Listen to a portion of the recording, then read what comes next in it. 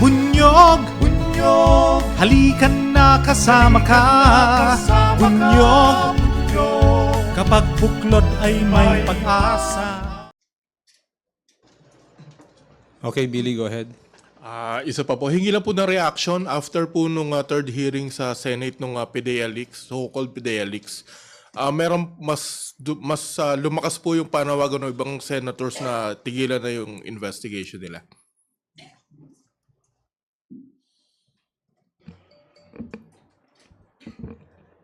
Senate hearings and congressional hearings are actually paid by taxpayers' money. Kaya kapag may mga investigasyon, ang importante ditong masagot ay, saan ba ito patutungo? Ano ba ang magiging benepisyo ng taong bayan? Ano ba yung mga batas na kailangang gawin or mga batas na kailangang baguhin para matagunan at hindi maulit yung mga problema nakikita? Apparently, in the Senate investigation on PDEA leaks, what we are seeing is a confused narrative. Kasi nga nagtuturoan na ay hindi, nagsisinungaling yan, ay hindi, palaging ano yan, storytelling, liar, may mga ganong accusations. Now, where will this bring us? I believe the best thing that can be done as a legislator also is for the committee to go back, maybe 3 or 4 steps backward, gather all the evidences, decipher whether totoo ba yan o hindi. Because if you put alleged witnesses or whistleblowers in the limelight and gave them, meron kasing iba, gustong-gusto nila yan pag may media attention. Ngayon, pag nilagay mo sila doon at pinasalita mo ng pinasalita, sometimes others can tell the truth, pero yung iba kasi, they have to prove something at medyo nawiwindang na. And at the end of the day, sino ang kawawa dito? Yung mga taong bayang nako-confuse. Kasi it's human nature to be a little bit marites eh. But at the end of the day, yung marites ba na yun ay mamagandang maidudulot, lalo na't kung hindi totoo.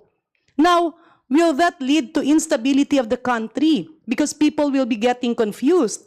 And leaders are being accused. Paano naman yung mga, kasi ako naranasan ko yan na may mga magte-testify na kunyari expert, tas hindi naman expert. Yung ibang mga totoong experts ay hindi nabibigyan ng panahon na magsalita. But at the end of the day, it's actually ruining our country.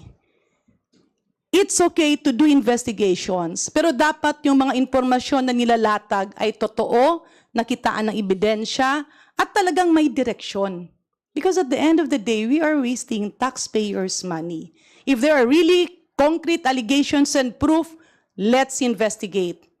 But if it's just an investigation so that people will talk about things, medyo mahirap rin yan. Kaya yun nga yung isa, there should be accountability of fake experts and fake witnesses. Maraming salamat. I agree, no? Tama yung sinasabi ni Congresswoman Garin, na careful din tayo dapat. In fact, some senators have also cautioned the members of the committee na to proceed carefully.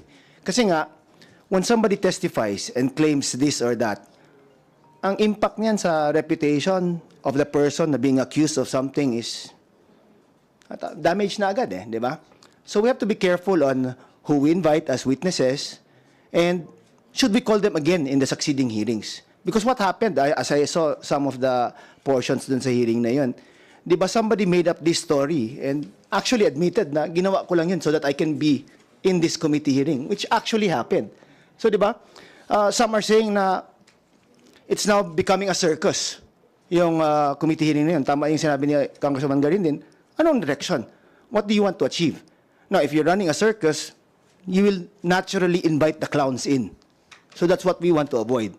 Diba? Sayang lang na hindi mo na kasi mabawi yung damage that you will do to the person once you testify na this or that. And it's based pala on something, some unnamed informant, based on an unverified claim, and no follow-up investigation was ever made.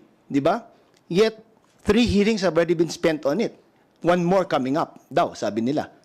So, while it is not our place to tell them what to do, no? Pero sa akin lang, it's like, just like the House din, we should always be very careful in siguro selecting who we invite as so-called witnesses? Initial comment po siguro, like we've always said before, generally we don't want to comment po on the proceedings of Senate as respect. But it can't be helped po, napakalaking issue po yung nangyayari doon. And we could see it. I think hindi na, don't take our word for it. Hindi na po kami siguro. I won't present this as comment namin. Pero tingnan po yung mga comment ng mga kapwa senador po nila. This is on the third hearing already. As early as the first, I think, or second hearing, may mga senador na who would take part of the committee only to say na parang wala, this is not going anywhere. Senate President Zubiri made a statement during the hearing, I think, the second hearing, nag-statement po siya sa, I guess, media forum rin nila sa Senate na urging caution kay Chairman Bato and his committee. It happened again during the third hearing. This time, si Senate President Zubiri nag-attend mismo ng hearing just to say that urging caution and urging proper use of their time. And I understand the respect siguro po. They have all due respect kay Chairman Bato so as not to interfere. After all, committee niya po ito. Pero you could see the sentiment po. This is not us talking. This is yung Senate po mismo. They are out there to, as Senate President Zubiri said, to protect the integrity of our Senate, your Senate. Siya na po mismo nagsasabi, parang in kinder terms po, no, na tama na po. Parang it seems to be going nowhere. We've had many senators who seem to express the same sentiment. Pumasok po doon dati si Senator Grace Poe, made that comment. Senator Escudero, Senator Jinggoy. You also have other senators who have attended and really po, I don't know kung saan po. Ako po mismo, di ko po rin po alam kung saan po papunta itong committee hearing.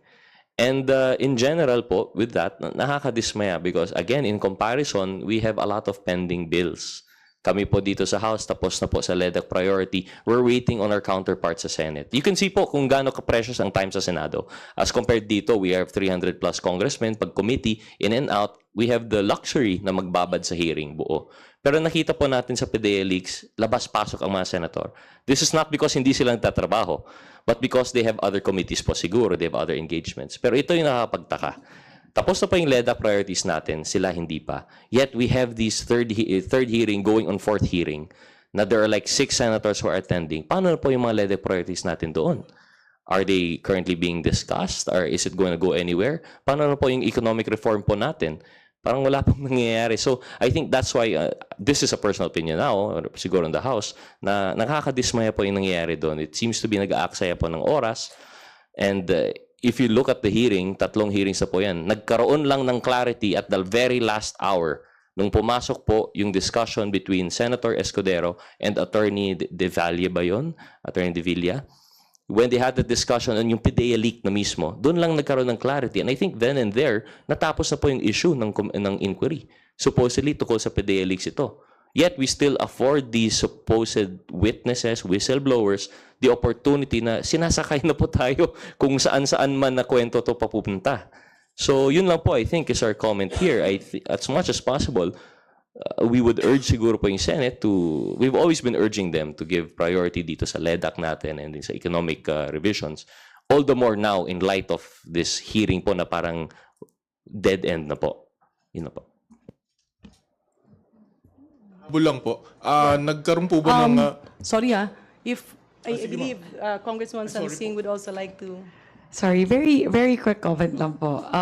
Actually, I think several things that we've noticed. First is, magsisinadye na po next week. So we have a lot of priority measures that we have to pass before we go on break. So hopefully po, we resonate the calls of the other senators na sana ma-funnel po yung time instead of gearing it towards the third hearing or a fourth hearing, sana po mag-gear towards pushing for the priority measures. Siguro po, one thing that is a little bit concerning with regard to these hearings is merong narratives relating to the president. And that's perhaps something that we would like to, again, reiterate that whenever there are things relating to the president at nakikita po to in a national stage or even an international stage, it also affects the image of the country. So we would like to again reiterate our call to Senator Bato to please exercise caution in all of these hearings, and sana po in the way these hearings are conducted, mag-follow po tayo ng rules or ng protocol, kasi meron pong nangyari wherein one of the witnesses, I believe it was Morales, said something a little bit untoward towards Senator Jinggoy, so towards a member of the Senate. So in those cases, usually here in the House, if a witness starts exhibiting those sorts of behavior, sinasabihan siya na we will hold you in contempt or we can cite you in contempt. Pero I think in terms of the procedural way it was conducted, medyo hindi po yata, the witness was not told to back down. So siguro po, yun lang po siguro. I think that's where the senators are coming from as well in the way that the hearings are being conducted. So yun lang po, just a few thoughts as well on the matter. If I can add a little to what my colleagues mentioned.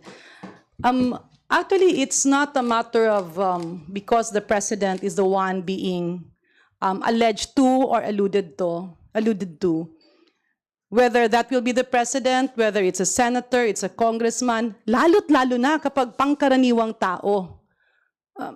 It's no difference eh. The issue here is not kung sino ang mga pinagsasabihan ng issue here. But the issue here is the code of conduct of a legislator. Kasi kami naman sa totoo lang, without the power of our people, we are nothing. Kung wala yung mandato ng tao sa amin, wala naman kami nung ganung power. So that power to legislate actually makes you the voice of your people. And proper conduct mandates that if you are the voice of your people, you have to be very careful na hindi magagamit yung boses na yon dun sa mga interest ng iba. Alam nyo, minsan marami ang pwedeng maging interest. Natural yan na merong mga gustong medyo magulo at masalimuot. There are just a minority of people who are happy if there is infighting. Pangalawa, it's a very prestigious body, that's Senate. So with due respect to Senator Bato na talagang inirerespeto naman natin, we cannot use the four corners of Senate and being a legislator to just put anything under the sun. With power comes responsibility. It's not because it's the president, meron mga artista na pinapangalanan. It's not the point eh. The point is, if this will not stop, this can be a precedent wherein anybody can be damaged just because merong nakapasok. Admittedly, in any organization, be it in the Philippines or abroad, meron talaga yung isang tao sa isang opisina na walang gagawin kundi mamuna, no, maghanap ng mali ng iba. And that happens in many offices. I've been to many offices in the executive and the legislative. Ganun talaga yun eh. Kasi ganun talaga yung tao. So there are offices na merong mga tao dyan na walang ibang gagawin, kundi maghanap ng mga diferensya, mag-report or magmarites sa ibang mga opisina. But the real workers will become victims to this. Kasi yung mga taga-ikot at taga-intriga, pag hindi mo i-validate yun, ang mga natatamaan ay yung totoong nagtatrabaho. So how can we now deliver to our people if we will have a system like this that unvalidated witnesses will be given the platform? Because, I mean, as a doctor, merong iba dyan na sa psychology nila, let me have that 2 cents worth of getting the limelight. Mapupunta ka sa media, titingnan ka ng lahat. Yung iba niyan, baka nga medyo na bola, mga ganang bagay, no? I mean, pwedeng hindi ito nangyari, but as we are seeing the investigation, it's unfolding that there is no proper vetting of who will be given that microphone. Yes, the precious time of Senate is being dragged kasi nga maraming ang kailangang ipasa. Pero hindi lang yun eh. Andun yung power na binigay sa atin na temporary na dapat nating pangalagaan na hindi natin pwedeng gamitin para siraan yung iba unless there is really a clear basis. Again, with our power comes responsibility. With that responsibility is to make sure that the voice of the people at the legislative power will not be used by some interested parties. It's not about the president, it's not about actors or actresses and prominent people. Paano na yung iba? Na kung walang-walang laban, kaya lang hindi sila makalapit sa isang senador at may lumapit doon at nanira ng ibang tao that will push them down to mental jeopardy. So we as legislators should be responsible to filter real, accurate witnesses. Habol ko lang po, do you think po na put in question yung leadership ng Senate on how they handle yung PDEA leaks investigation?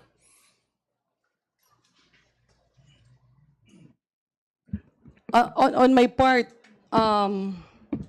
hindi naman siguro because Senator Miggs is coming out, no, as I've heard from our colleagues. But I believe this is the best opportunity for the Senate leadership to come out in the open and call a spade and put order within the Senate. We acknowledge the presence of